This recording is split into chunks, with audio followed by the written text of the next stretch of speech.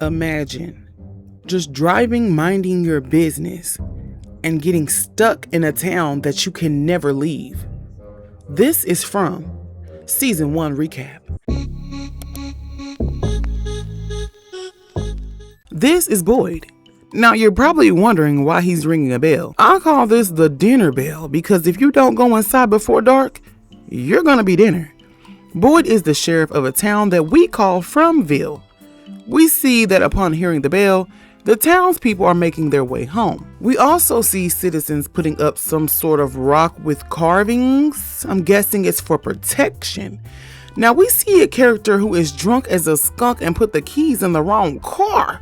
He's so drunk he passed out at the bar and is not making any effort to get home to his wife and his daughter. They're at the house wondering where the hell he's at. His wife and daughter come in the house because it's getting dark. The daughter goes to her room where she hears a tap on the window. There's an old lady talking about, "Hey, I'm your grandma." "That ain't your damn grandma." How the hell you climb up 2 stories to get to my window, grandma? You don't look like you're a spring chicken of any sorts. So how you get up here?" Now the little girl opens the window right as her mom is telling her don't open the window. And the old bat comes in and slaughters them both. The next morning, Frank comes home and everybody's outside of his house, and Boyd ends up jacking him up, smacking him around because he wasn't home to protect his wife and daughter who end up getting killed by Granny Gran. We meet a family, the Matthews family, and they're in an RV coming back from a vacation. They stumble across a tree that has fallen in the road and they see a bunch of crows, which is not a good sign. So they get back in the RV and turn around and try to find another way out. As they're doing a detour, they end up coming through Fromville, and when they come here, they pass through and go around and around and around like a loop. Now they ask Boyd for directions, and Boyd tells them, "Listen, just keep following the road. It'll take you right where you need to go."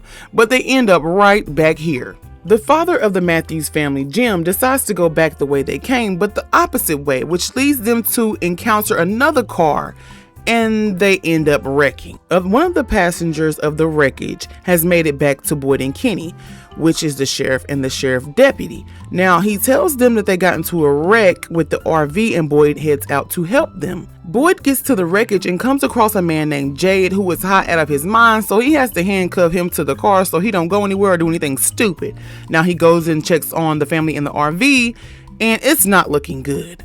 The wife is unconscious. Jim is stuck. The daughter is fine though, but oh, poor Ethan has a rod impaled into his little leg. Help does arrive. There's a priest named Kotri, the town doctor named Christy, and Boyd's son Ellis. Obviously, they're not going to be getting Ethan out before dark, so Boyd tells them that they have to split up, meaning Tabitha and Julie need to go back to town where they're going to have to stay while they figure out how they're going to get Ethan out of this predicament. Now, as they're driving back to town with Julie and Tabitha, Kenny forgot that he put down spike strips with Boyd earlier to stop the RV. So the truck ends up running over it and they get a flat tire. But because it's getting dark, they need to make it to the next residence ASAP. Back at the RV, Jim, Boyd, and Christy are inside trying to help Ethan whenever Jim hears voices from outside saying that they can help him. He doesn't understand that these voices are not going to try to help you. They're going to try to eat your ass and kill you. Boyd tells Jim these are shape-shifting monsters and they will come in here and tear us to pieces. So we got to put this rock up to protect us and they won't come in here uninvited. You get it? You got it? Okay, good. Now, Jade and Tabitha end up going into a house called the Colony House. They end up getting tied down where the house leader, Donna, comes in and lets Tabitha know this is protocol for everybody's first night in the town because they don't understand what's going on. And if you don't understand the rules, you'll do something stupid that will put everybody in danger. Now, Julie is downstairs and she comes across a fan favorite. His name is Victor. He's been in this town for the longest and he loves him some peaches. Now, sensing her being uncomfortable, Fatima takes Julie upstairs and shows her all of her paintings just to get her to feel at least a little bit comfortable. Back in town, there's a girl named Sarah who's taking care of the driver of the car that Jade was in, and his name is Toby. Now, Sarah hears voices in her head, and I don't know who the hell volunteered her to help people out, but she hears voices in her head that tells her she need to kill that man. And she killed that man. Rest in peace to Toby. Now Sarah tells her brother that she had to do this because the voices in her head told her that if she does this, they will be able to get back home to their real lives and not be here in Fromville. It's finally morning and the Matthews family is now back together. While they are at Colony House, Ethan sees a boy in white that nobody else is noticing. Now we get to Kenny, who's at the clinic looking for his father. Now when he goes in, he realizes that the door is open and the rock with the carvings is now on the floor, which means there was no protection from whoever or whatever was outside, and they ended up coming in. He finds out that his dad has been killed along with other citizens from Fromville. Now, Jim and Tabitha are taking a little stroll with Father Cottrey, the town priest, and he's basically giving them a tour and lets them know that there are some things that are about to happen. As they're completing their tour with Father Cottrey, they see this rinky-dink little shed thing and they're like, well, what the hell is this? And Father Cottrey lets them know it's some type of form of punishment. If you do something real bad, you gotta stay in there overnight without that magical rock and the monsters will have their way with you. He lets them know also they might be using this for the first time for Frank. Boyd is talking to Frank and he's like, listen, I really don't want to put you in this box, but Frank is like, listen, I ain't got nothing else to live for. Put me in the box, bro. Donna is finally talking to Jade and explaining how the town works. Jade, being a rich software engineer, thinks that this is like an escape room. Well, this is one hell of an escape room. Ethan is finally talking to Victor. He's not scared of Victor like Julie was, and he ends up finding out that Victor believes that the trees are moving closer and closer to the house, or just moving in general. Now, Ethan does tell Victor he saw the boy in the white, and Victor like, hold on, you could see him? Oh no, we gotta sit down and have a little talk. Now, they're having a ceremony where the Matthews family will be choosing where they're going to stay, and Julie, being a freaking teenager, decides that she wants to go stay at Colony House and not with her family. Jade interrupts the ceremony and ends up causing a scene because he thinks that this is still a joke and can't be real. They had to jack his ass up and let him know that this is very real. Kitty ends up telling him, listen, your homeboy is gone. So, you don't believe me? Okay, well, here he go. Okay, yeah. This is not set up by Toby because Toby got set up by the voices in Sarah's head and now he dead. Victor takes Ethan to the diner in town and shows him a picture that he drew of the boy in white. Now, we end up finding out that Victor has been here for years.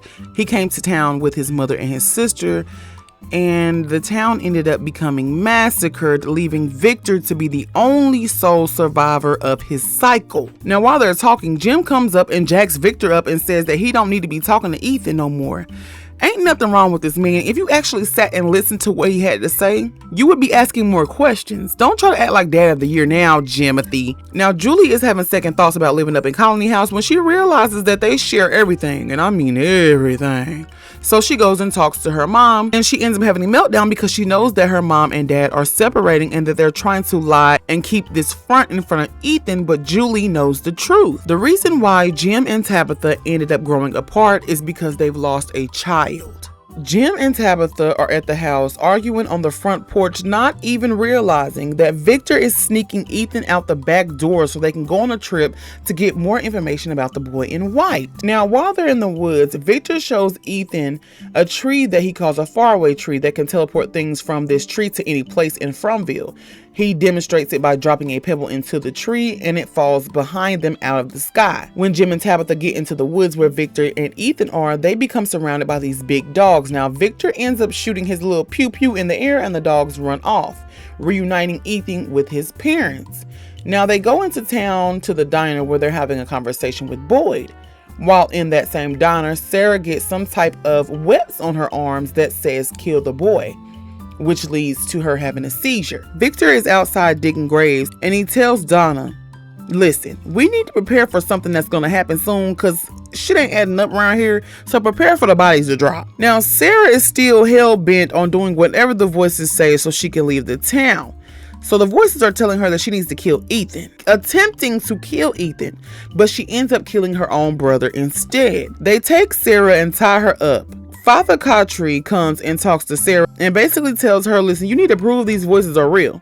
So she draws a picture of a bag that Father Cottrey has buried when he first got here that nobody knows about but Father Cottrey. Jade enlists Jim to help him fix a radio that he took from the sheriff's station. They need parts and realize that the pieces they need can come from the car that Jade arrived in or the RV that the Matthews family arrived in. While Jim is looking for a signal in a tree, Jade is approached by a Civil War soldier who is missing an eye, and it has a rifle that he's shooting at Jade. Jade also sees a symbol that was carved into a tree that will later send him down a long, dark rabbit hole. Now, Jade goes back to the diner and has been drawing this symbol ever since he's seen it, like a madman. When Kenny's mom, Tian Chen, recognizes this symbol, she shows Jade a notebook that has been stored away from a previous citizen of Fromville. Tabitha finds a bracelet that turned out to be a bracelet she had made for Jim that he lost right after Julie was born. She also takes matters into her own hands by digging in the basement of their house to find where these cords from these phones and other electronics lead to. Boyd also has tremor that can be an early sign of Parkinson's disease. This prompts Boyd to tell Kenny he's going on a mission in the forest to try to find a way out. And Kenny doesn't like this at all, considering he's just lost his father and Boyd is practically a father figure to him.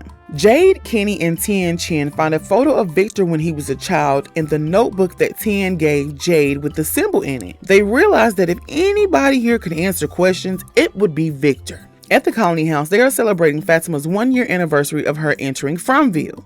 During this celebration, a fellow Colony House resident named Kevin is upstairs talking to a monster that he has fallen in love with through his bedroom window. Kevin lets this greedy, gross monster talk him into opening the window and letting her inside. Now, when she enters the house, all hell breaks loose. She kills Kevin and leaves the window open for more of her little funky friends to come in and wreak havoc. Donna escapes with a few of the residents, and Fatima and Ellis hide in a room with a special rock, hoping the monsters inside won't get them too. Julie runs into Victor, who helps her escape by telling her to go into a faraway tree. Now, Julie, you were just scared of this man when he wanted to eat his peaches in peace. Now he's helping you. You need to apologize, girl. Anyways, she gets transported to some type of weird cellar. Donna gets to the sheriff's station with the rest of the survivors, where they are trying to get them all to come in, but while this is happening, a monster ends up killing Father Cautry. Boyd ends up going through with Father Cautry's wishes of trying to get Sarah out and get her to help them find a way for them all to escape this nightmare. So Boyd and Sarah venture off to the forest. We get to see a flashback of Boyd, his wife, and Ellis coming into town for the first time, and Boyd meeting Father Cautry, and he lets him know, listen, you can stop all this driving right now because you're not leaving. You're here and you're stuck. Father Cautry ends up taking Boyd, his wife, and his son to a bunker where they have to survive the night, and this is where they meet Donna. The next morning, after coming out of these bunkers, they have to explain to this new family that have arrived that you're gonna have to hide at nighttime. It's some things that come out at night that be killing and eating on us, and you gotta find some type of way to protect yourself. It sounds crazy, but it's true. Now, during this time, Boyd just goes ahead and takes control of the town because he has military training. So he ends up just, naturally becoming the leader of this town. He ends up finding livestock at the end of town and basically is trying to organize everything to keep the town calm and safe. Now, Ellis ends up telling his dad that his mom is not doing so great and she needs Boyd now more than ever, but Boyd is too busy trying to run the town. Now, while searching in the forest, Boyd gets lost and has to hide in a cave away from the monsters. He notices that the monsters will not enter the cave he's in, and he realizes why. The special rocks with carvings were the reason that these monsters could not come in uninvited. He packs up these special rocks and brings them back to town the next morning. But when he gets back to town the next morning, all hell has broken loose. Boyd's wife has lost her mind and is going on a killing spree. Boyd tries to stop her while she points the gun at their son, forcing Boyd to kill his own wife to protect their son. Fast forward to Boyd and Sarah. While they are in the forest, they reach a strange tree with bottles dangling from it, but they aren't there for long because Sarah begins to have a seizure. When Sarah wakes up, she sees that her and Boyd are now in a tent. Their tent looks like it has been thrown into a dryer. They are fumbling, getting thrown and tossed around, and once everything stops, the tent gets lit up and they hear horns. Ellis ends up proposing to Fatima. The next morning, Boyd and Sarah awake and come out of the tent where they realize they are in a whole new part of the forest covered in spider webs. Boyd ends up getting bit by a spider and it makes him delulu. At the colony house, Jim finally gets a signal and is talking to someone who addresses him by his name. The person tells him that his wife should not be digging that hole. This makes Jim rush back to their house, and before he can get back to the house, the basement ends up collapsing, leaving Tabitha underneath it in the tunnels where she meets up with Victor, and he tells her they're not safe because this is where the monsters sleep during the day. Boyd and Sarah end up finding a white house, and it ends up storming. Now the boy in white tells Sarah that she needs to put Boyd in a faraway tree. Now we get back to the Matthews house, and Jim comes in realizing that his wife is stuck underneath the rubble of the basement and she is nowhere to be found. Now Boyd gets stuck into a shaft that looks like a chimney that Santa could get stuck in. I don't know. That faraway tree just put him into a 2x2 jail cell. The season ends with a bus pulling up to town, which means that we will have new arrivals in Fromville for season 2. That completes our From season 1 recap. Let me know what you guys thought about this recap. Let's talk about some things that I might have missed down below in the comment section. Have you seen From? If you have, how do you feel about From? Let's talk about that also down below. It's your girl Letty, and we'll be back quicker than you can say abracadabra.